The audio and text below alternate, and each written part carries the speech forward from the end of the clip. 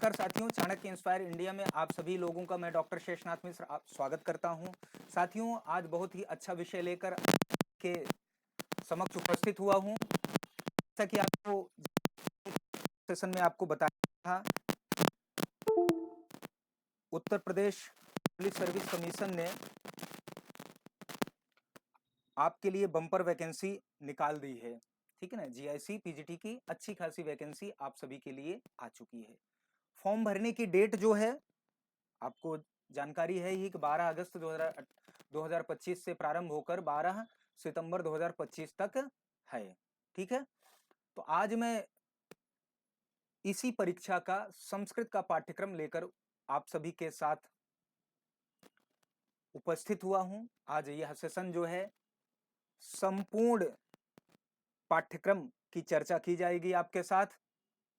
उससे पहले मैं आपको सूचना दे दूं कि जैसा NTA net JRF, UGC NET JRF का नया बैच चल ही रहा है और अभी उसका एक और न्यू बैच अगले इस संडे से नहीं, मतलब 17 तारीख से नहीं, 24 तारीख से प्रारंभ होगा।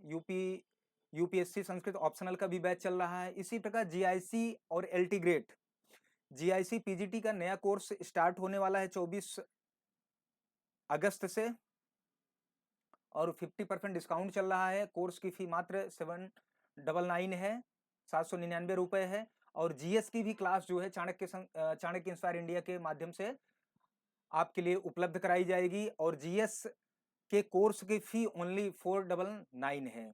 संपर्क करने के लिए संपर्क सूत्र देखिए, संपर्क नंबर लिखा हुआ है और इसका क्यूआर कोड भी दिया गया है। तो आप सीधे पेमेंट करिए और अपना नामांकन करवाइए और अपनी सीट सुरक्षित कीजिए। ठीक है, तो जैसा कि आपको यह जानकारी अच्छी तरह है और फिर भी ना हो तो मैं एक संक्षिप्त जानकारी आपको बता देता हूं कि परीक्षा 2 चरणों में होगी। एक को प्रारंभिक परीक्षा का कहा गया है, ठीक है ना, एक प्रारंभिक परीक्षा होगी जिसको प्रीलिम्स कहा जाता है और एक मुख्य परीक्षा होगी। ठीक है ना, लेकिन प्रारंभिक परीक्षा में जो परीक्षा का पैटर्न है उसमें 80 क्वेश्चन सब्जेक्ट से आएंगे और 40 क्वेश्चन जीएस से आएंगे, जनरल स्टडीज जिसको कहते हैं, सामान्य अध्ययन। और उसके बाद जब आप मुख्य के लिए जाएंगे वह 2 चरणों में, इसका मैं अलग से सेशन आऊंगा एक क्लास से। ठीक है, वैकल्पिक विषय है उसके लिए ही आप पाठ्यक्रम है जो मैं सामने आज। ठीक है ना, आगे चलिए। सबसे पहले देखिए, में सब साहित्य, वैदिक साहित्य में ऋग्वेद है, अंतर्गत आपको 4 सूक्त, 2 सूक्त, विष्णु सूक्त, प्रजापति सूक्त। ठीक है, ये 4 सूक्त आपको पढ़ने हैं। देख सकते हैं यहाँ पर, ये अपना अग्नि सूक्त है।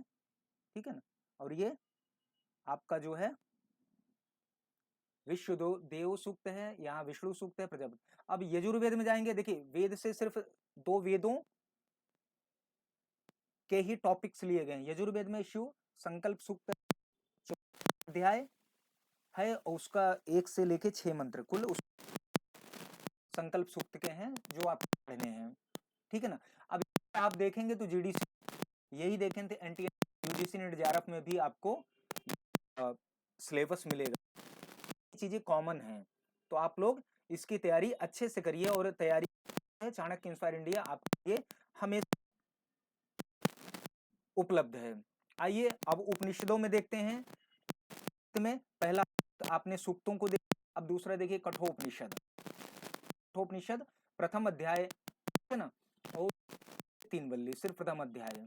ठीक है, ईशावास्योपनिषद में जाएंगे तो पूरा ईशावास्योपनिषद आपको पढ़ना है, पूरा 18 मंत्र हैं। ठीक है, फिर आएंगे अगला जो टॉपिक है वो है, मतलब सब टॉपिक है वह वैदिक वांग्मय का में काल निर्धारण और प्रतिपाद्य विषय। मतलब जो वैदिक वांग्मय है उसका काल क्या है, समय क्या है, या मैक्स मुलर के अनुसार, वेबर के अनुसार, विंटरनिट के अनुसार, याकोबी के अनुसार, या बाल गंगाधर इत्यादि तिलक के अनुसार। ये सीधा एनटीए यूजीसी नेट जेआरएफ में भी यही सिलेबस है। और उसके बाद वैदिक वांग्मय का क्या प्रतिपाद्य विषय है इत्यादि, उसका देखिए संक्षिप्त वैदिक वांग्मय का संक्षिप्त इतिहास, और उस संक्षिप्त इतिहास में आपको डिफाइन कर दिए काल निर्धारण और प्रतिपाद्य विषय ही पढ़ना। फिर वेदांग में आएंगे तो वेदांग का संक्षिप्त परिचय, इसमें सिर्फ 3 ही टॉपिक आपको पढ़ना है, शिक्षा पढ़ना है, छंद पढ़ना है, ठीक है। आगे बढ़िए। दर्शन देखिए, भारतीय दर्शन में जिसको यहाँ पर दार्शनिक चिंतन के माध्यम से इंगित किया गया है। तो अब इसमें देखेंगे सबसे पहले सांख्य दर्शन। सांख्य दर्शन में भी सांख्य कारिका पढ़ना है। देखिए ग्रंथ का नाम यहाँ पर नीचे लिख दिया गया है, ठीक है ना। दार्शनिक चिंतन जो है आपका दूसरा टॉपिक है, उसमें सांख्य दर्शन। और सांख्य दर्शन में भी क्या पढ़ना है यह भी डिफाइन कर दिया है, same UGC and NT UGC NET JRF का यहाँ पर भी सिलेबस देखने को मिलेगा।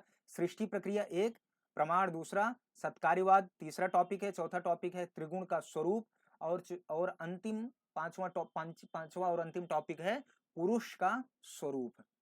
किस ग्रंथ के अनुसार से? सांकारिका का। सांख्य दर्शन के आधार पर सांकारिका ग्रंथ को ईश्वर कृष्ण ने लिखा है, और इसी ग्रंथ के आधार पर इन पांचों टॉपिक्स को आपको तैयार करना है, ठीक है। आइए वेदांत दर्शन। वेदांत दर्शन में वेदांत दर्शन पर जो आधारित ग्रंथ है वेदांत सार है। इसमें आपको सिर्फ 4 टॉपिक पढ़ने, अनुबंध चतुष्टय, साधन चतुष्टय, माया का स्वरूप और ब्रह्म का स्वरूप, ठीक है। यह भी जो है आपका नेट जेआरएफ का ही सिलेबस है। बहुत संक्षिप्त सिलेबस है और बहुत ही अच्छा सिलेबस है, इसको अच्छे से आप लोग तैयार कर सकते हैं, ठीक है। आगे बढ़िए। अब दार्शनिक चिंतन का अगला आपका सब टॉपिक है, आपने पहले तो सांकारिका का देखा, फिर वेदांत सार देखा, अब है न्याय अथवा वैशेषिक दर्शन। न्याय और वैशेषिक दर्शन दोनों यहाँ पर है, और दोनों को अनुसार सब टॉपिक क्या है? प्रमाण। प्रमाण पढ़ना है, सिर्फ ओनली आपको प्रमाण पढ़ना। प्रत्यक्ष, अनुमान, उपमान, शब्द, यह जो है न्याय 4 प्रमाण मानता है। वैशेषिक दर्शन सिर्फ 2 प्रमाण मानता है, प्रत्यक्ष और अनुमान का। और उसका ग्रंथ क्या हो? तर्कभाष्य और तर्क संग्रह के अनुसार इन प्रमाणों का अध्ययन आपको करना है, ठीक है। अब आइए भगवत गीता, श्रीमद् भगवत गीता। अब गीता में आपको क्या पढ़ना है? निष्काम कर्मयोग, और दूसरा क्या टॉपिक है? स्थित प्रज्ञ का स्वरूप। और यह दोनों जो आपके सब टॉपिक हैं यह श्रीमद् भगवत गीता के 2वें अध्याय में है, और 2वें अध्याय के सिर्फ निष्काम कर्मयोग और स्थित प्रज्ञ का स्वरूप, यही 2 टॉपिक आपको यहाँ पढ़ना है, इसी का अध्ययन करना। फिर आइए जैन एवं बौद्ध दर्शन का सामान्य परिचय, यहाँ देखिए, ठीक है ना। यहाँ आप देख सकते हैं, ये देखिए जैन दर्शन एवं बौद्ध दर्शन का सामान्य परिचय।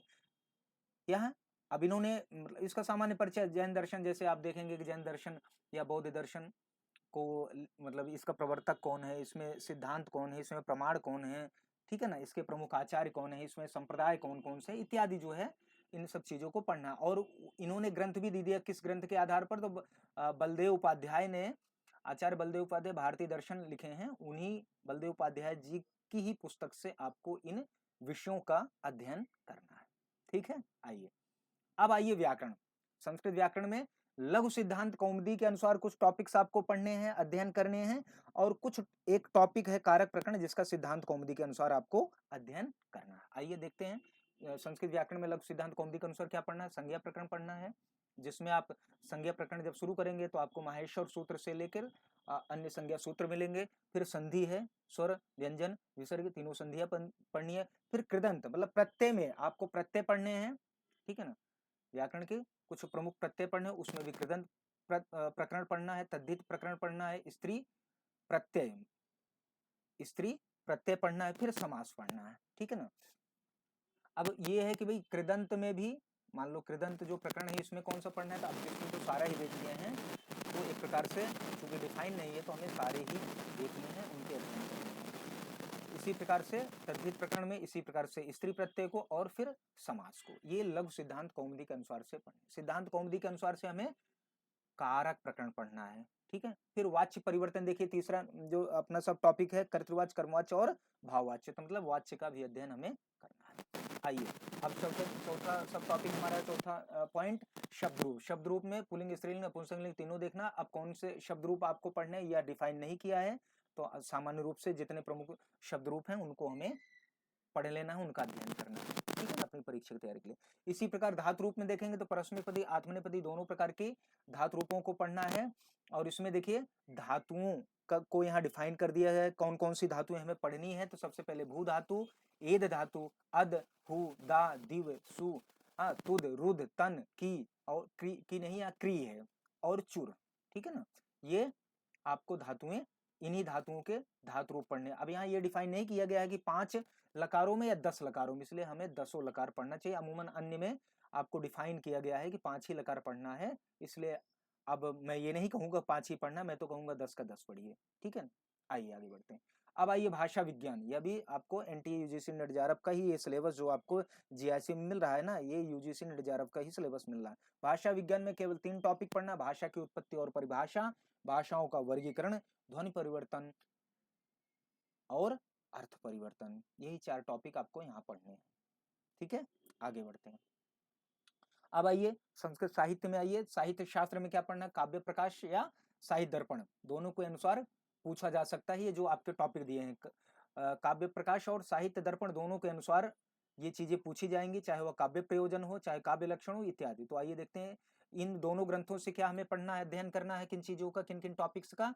तो काव्य प्रयोजन, काव्य लक्षण, काव्य हेतु, काव्य भेद, ठीक है। शब्द शक्तियां पढ़ना, अविधा लक्षणा और व्यंजना। फिर रस का स्वरूप हमें पढ़ना है सब टॉपिक में, और रस भेद, रस के कितने प्रकार होते हैं, विभाव, अनुभाव, संचारी भाव, अस्थाई भाव, भाव का स्वरूप, गुण का स्वरूप एवं इनके भेद का अध्ययन हमें करना। फिर रीति का स्वरूप और इनके भेद का हमें अध्ययन करना है। साहित्य शास्त्र कहने से यहाँ तात्पर्य काव्य शास्त्र से है। आगे बढ़ते हैं। अब आइए, अब इन्हीं काव्य शास्त्री दोनों ग्रंथों से जो है ना कुछ अलंकार पढ़ने हैं। तो अधोलिखित अलंकार का सामान्य परिचय, तो शब्द अलंकार में हमें अनुप्रास, यमक और श्लेष, ये 3 अलंकार पढ़ने हैं। फिर अर्थालंकार में हमें उपमा, रूपक, उत्प्रेक्षा, अतिशयोक्त और अर्थांतर न्यास अलंकार पढ़ने हैं। 5 अलंकार अर्थालंकार से 5 अलंकार हैं, शब्द अलंकार से 3 अलंकार हैं पढ़ने। फिर आइए दशरूपक। दशरूपक धनंजय ने लिखा है, आपको पता ही है, यह भी नेट जेआरएफ में लगा है। जितना है सब एनटीए यूजीसी नेट जेआरएफ का सिलेबस है, इसलिए अपना नया बैच चल रहा है, आप ज्वाइन करिए और मस्त तैयारी करिए बिना किसी टेंशन के। खैर, दशरूपक में देखिए आपको 6 टॉपिक पढ़ने हैं इधर। नाट्य का लक्षण, अवस्था अनुकृतिर, नाट्यम, नाट्य के भेद, ठीक है ना। फिर अर्थ प्रकृतियां जो होती हैं, फिर पंच अवस्थाएं, पंच संधियां, नायक का स्वरूप और उनके भेद, ठीक है, नायक का स्वरूप एवं भेद, ये 6 टॉपिक आपको दशरूपक से पढ़ने हैं। फिर कुछ दशरूपक के अनुसार ही पारिभाषिक कुछ शब्दावलियां हैं या शब्द कहिए हैं, तो उसमें कौन कौन से देखिए, नांदी है, प्रस्तावना है, सूत्रधार है, कांचुकी, प्रवेशक, विषकंभक, प्रकाश, आकाश, भाषिक, जनांतिक, अपवारित, स्वगत, ठीक है ना। ये आपको साहित्य दर्पण में मिलते हैं और दशरूपक मिलते हैं। तो ये पारिभाषिक शब्दावलियां हैं, इनसे संबंधित कुछ प्रश्न जो बनेंगे आपसे पूछे जाएंगे। उन कैसे प्रश्न कितने अंकों में कितने अंकों के होंगे, लघु उत्तरीय होंगे, बहुविकल्पी होंगे, या जैसे प्रीलिम्स जो होगा प्रारंभिक परीक्षा वो तो ऑब्जेक्टिव होगी, लेकिन जो मुख्य परीक्षा होगी वो सब्जेक्टिव होगी, ठीक है ना। अगला देखिए ध्वन्यालोक है अगला टॉपिक। प्रथम उद्योग का सिर्फ ध्वनि का स्वरूप ही यहाँ पर पढ़ना है, तो इस प्रकार से देखेंगे यह भी डिफाइन। अब लौकिक साहित्य है, मतलब जो अभी काव्य शास्त्र साहित्य शास्त्र में या संस्कृत साहित्य का इतिहास, संस्कृत साहित्य में आइए जिसको लौकिक साहित्य के भी नाम से जाना जाता है, उसमें 2 महाकाव्य हैं। महाकाव्य मतलब जो आदि प्राचीन महाकाव्य हैं, जैसे रामायण को आदि काव्य कहा जाता है। उसके बाद महाभारत, जब महाकाव्य का प्रारंभ हुआ पहले रामायण आया फिर महाभारत आया, ठीक है। तो उसमें रामायण एवं महाभारत का काल निर्धारण, उनकी उपजीव्यता और उनका महत्व, इन्हीं 3 टॉपिक्स को रामायण और महाभारत के अंतर्गत आपको पढ़ना है, उनका अध्ययन करना। फिर प्रमुख महाकाव्य, जय काव्य से यहाँ प्रमुख महाकाव्य है, तो ये देखिए आपको 5 महाकाव्यों का अध्ययन करना। किरातार्जुनीयम का प्रथम सर्ग, शिशुपाल वधम का द्वितीय सर्ग, नैषधि चरित का किरातार्जुनीयम का प्रथम सर्ग, शिशुपाल वधम का प्रथम सर्ग, नैषधि चरितम का प्रथम सर्ग, रघुवंशम का द्वितीय सर्ग, कुमार संभव का प्रथम सर्ग। रघुवंशम छोड़कर आपको सबके प्रथम सर्ग ही पढ़ने हैं, उन्हीं का प्रथम सर्ग का अध्ययन करना है, ठीक है ना। अब देखिए बृहत्त्रयी के 3 ग्रंथ हैं, किरातार्जुनीयम जिसको भारवी ने लिखा है, शिशुपाल वधम जिसको लिखा है माघ ने, नैषधि चरितम श्रीहर्ष ने लिखा है। इन 3 ग्रंथों, इन 3 महाकाव्यों के प्रथम सर्ग आपको पढ़ने हैं। और रघुवंश और कुमार संभव ये लघुत्रयी के ग्रंथ हैं, महाकाव्य हैं, और ये कालिदास ने लिखे हैं। तो कुमार संभव का प्रथम सर्ग पढ़ना है, रघुवंशम का द्वितीय सर्ग पढ़ना है, ठीक है ना। अगला देखिए, अब प्रमुख खंड काव्य, मतलब 2 खंड काव्य पढ़ने कौन से, मेघदूतम और नीति शतकम, ये इन 2 खंड काव्यों का अध्ययन करना है। ठीक है, फिर कुछ प्रमुख गद्य काव्य हैं। एक तो कादम्बरी है, कादम्बरी में भी कथा मुखम का ही आपको अध्ययन करना है। शिवराज विद्यम का प्रथम निश्वास पढ़ना है, जो कि यूपी टीजीटी हो या DSSB हो या LT ग्रेड हो इत्यादि में सब यही सिलेबस लगा हुआ है। फिर कथा साहित्य में पंचतंत्र और हितोपदेश का अध्ययन आपको करना है। ठीक है, तो ये आपका संक्षिप्त सिलेबस रहा।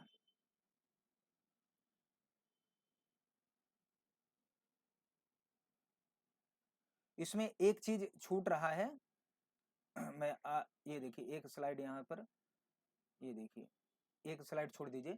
फिर उसके बाद कथा साहित्य के बाद आपका नाटक है। नाट्य ग्रंथ में देखिए अभिज्ञान शाकुंतलम है, इसके 1 से 4 अंक आपको पढ़ने हैं। उत्तरामचरितम का 1 से 3 अंक का अध्ययन करना। मृच्छकटिकम में प्रकरण ग्रंथ है, नाटक नहीं है, नाटक के अंतर्गत इसको रखे हैं, ये नाटक नहीं है, यह प्रकरण ग्रंथ है, इसका प्रथम अंक पढ़ना है। रत्नावली नाटिका है, इसका पूरा अध्ययन करना है।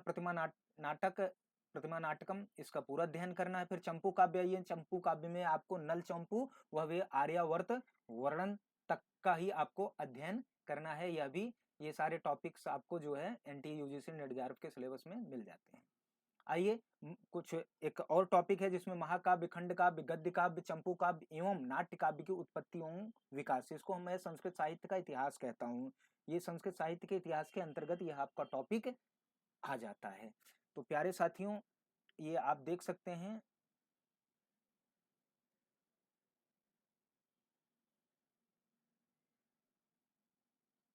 ठीक है, यह आप देख सकते हैं, ये आपका पूरा सिलेबस रहा।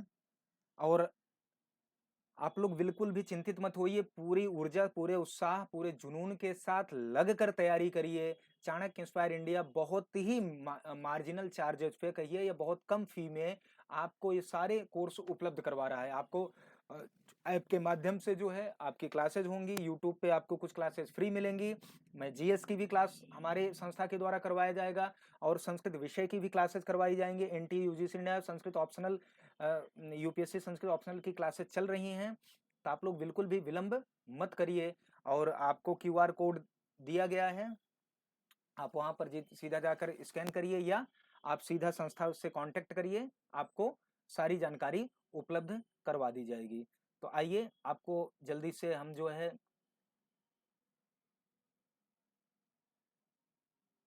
एक बार दिखा देते हैं, ये सारी चीजें हैं।